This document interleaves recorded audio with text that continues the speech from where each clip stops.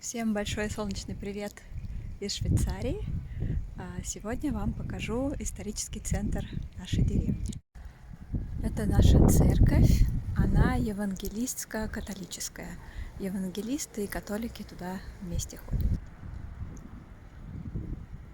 У нас сегодня погожий солнечный день. Это довольно традиционный дом крестьянский, большой, для нескольких поколений семьи. Сейчас в нем живет священник. Вот тоже очень традиционный крестьянский дом из дерева. Нижний этаж каменный, все остальное деревянное. Фасад обит лиственницей. Это очень популярный здесь материал, потому что лиственница не гниет, и при воздействии осадков она становится еще более прочной. Это новострой, который использует тоже традиционный метод облицовки фасада лиственницей. Так это все выглядит. Вот это здесь будет новый дом. И здесь можно увидеть, какой высоты он будет. И каждый сосед, каждый житель деревни может пойти в сельсовет, сказать, что он против, и тогда проект немножко изменит. Вот эти леса стоят здесь уже 3 года. 3 года не могут согласовать постройку нового дома.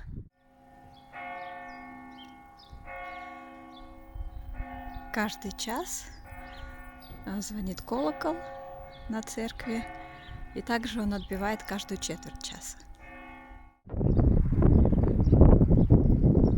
Такой вот открывается вид. Здесь скоро тоже появятся дома. Вообще место у нас популярное, потому что рядом большой город, райцентр, так сказать. И для семей здесь очень хорошее место, природа. И с другой стороны рядом город, цивилизация. Вот. Здесь не так, как в Москве, допустим, что в новостройках на период котлована или проекта дешевле квартиры. Нет, здесь все новые квартиры дорогие, даже дороже, чем какие-нибудь традиционные дома. Вот. Здесь такие более новые дома.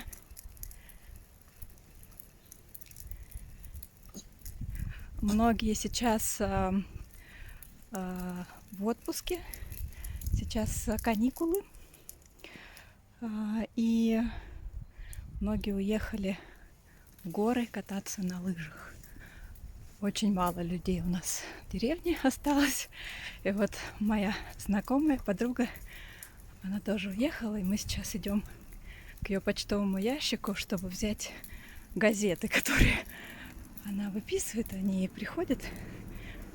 Вот. Чтобы ящик не засорялся. Вот еще тоже живописно ручеек. Там вдали горы. А вот как выглядит облицовка дома, когда ее давно не меняли. Вот она уже совсем-совсем истрепалась. Вот так вот интересно.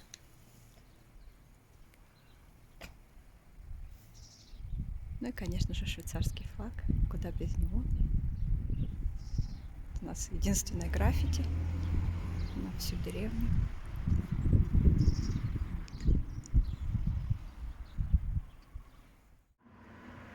У нас есть цветочный магазин, ресторан. Раньше было 2 ресторана, но этот ресторан переехал в соседнюю деревню. Здесь у нас булочная.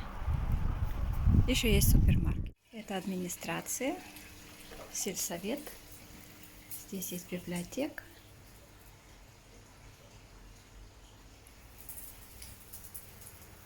И вот здесь вот Айнбюргрум.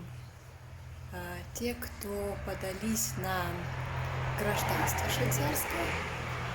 И каждый, кто живет в нашей деревне, может сказать нет, мы не хотим, чтобы эти люди стали гражданами Швейцарии. И назвать причины. И тогда могут не дать гражданство, несмотря на то, что все документы в порядке, экзамен сдан, да, языковые знания подтверждены.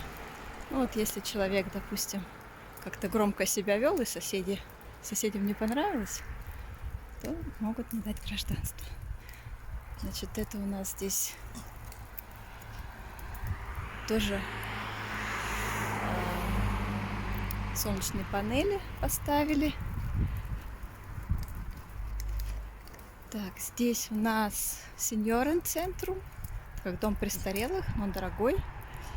И это практика врачебная, там врачи сидят. Значит, Райфайзенбанк. Вот. И вот такие вот домики. Так, вот это детская площадка. Самая большая. Да. Да-да. Самая большая в нашей деревне. Вот. Радость всем детишкам. Качели, карусели, тарзанка. Вот. Но что самое интересное, здесь ручей такой протекает. И детишки могут в нем тоже играть. Я бы, конечно, этот ручей огородила, но швейцарцам нормально. Ай, хорошо. Так, вот там наша гора, Сентис. А вот это мусорное ведро для того, что делают собачки.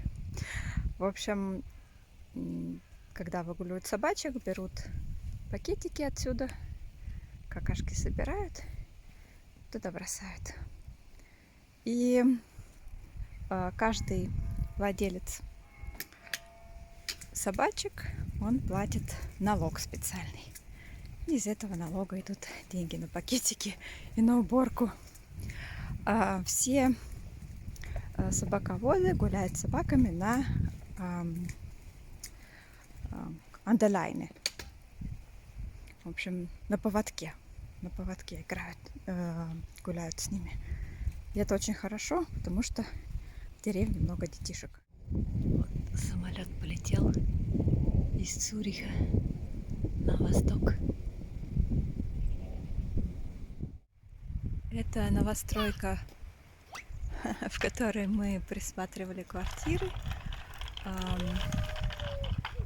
На этапе котлована квартиры уже стоили от 1 000 000 франков и выше.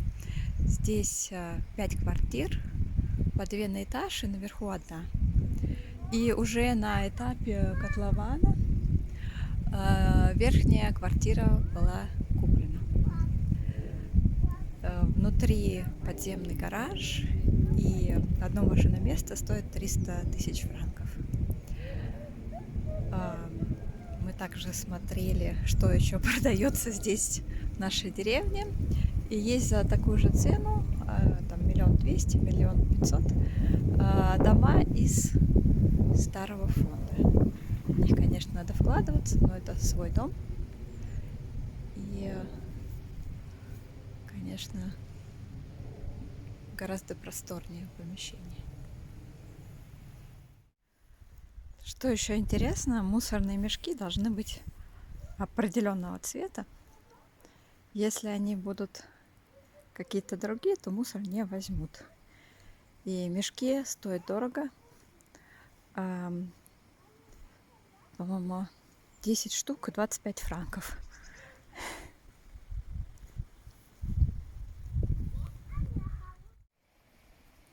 Вот такое счастливое швейцарское детство.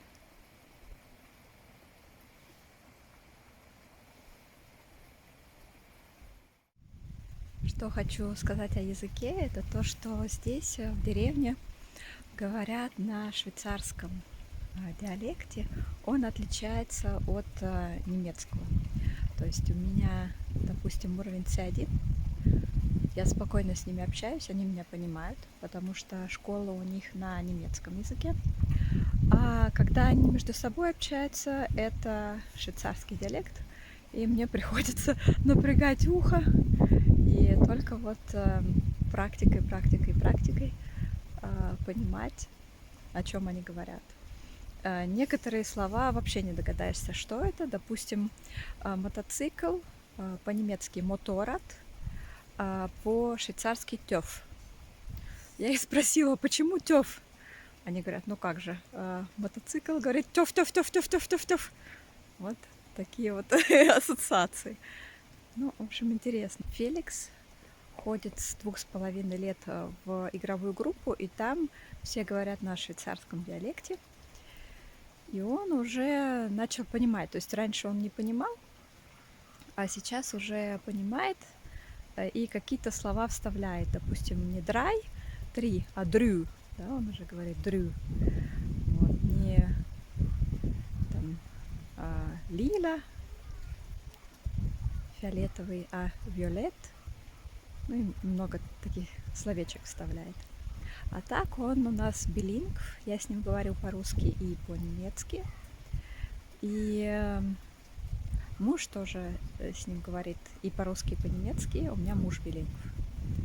Вот. И я могу сказать, что никакого отставания в развитии с другими детьми нету. То есть все вот эти рассказы о том, что билингвы позже начинают говорить, ну, на Феликсе не сработали. Может быть, на других детках это так. Ну вот мы изначально говорили с ним на 2 языках, и все хорошо. Сейчас он еще швейцарский диалект в игровой группе наберется его, и будет у него 3 языка. Еще у меня здесь знакомая итальянка, я с ней говорю по-итальянски, и Феликс тоже начинает понимать итальянский. Так что посмотрим, как пойдет. В школе у них обязательный английский, французский и итальянский как факультатив. Буду с вами прощаться. Надеюсь, вам понравилось. И до встречи в новых видео. Пока-пока.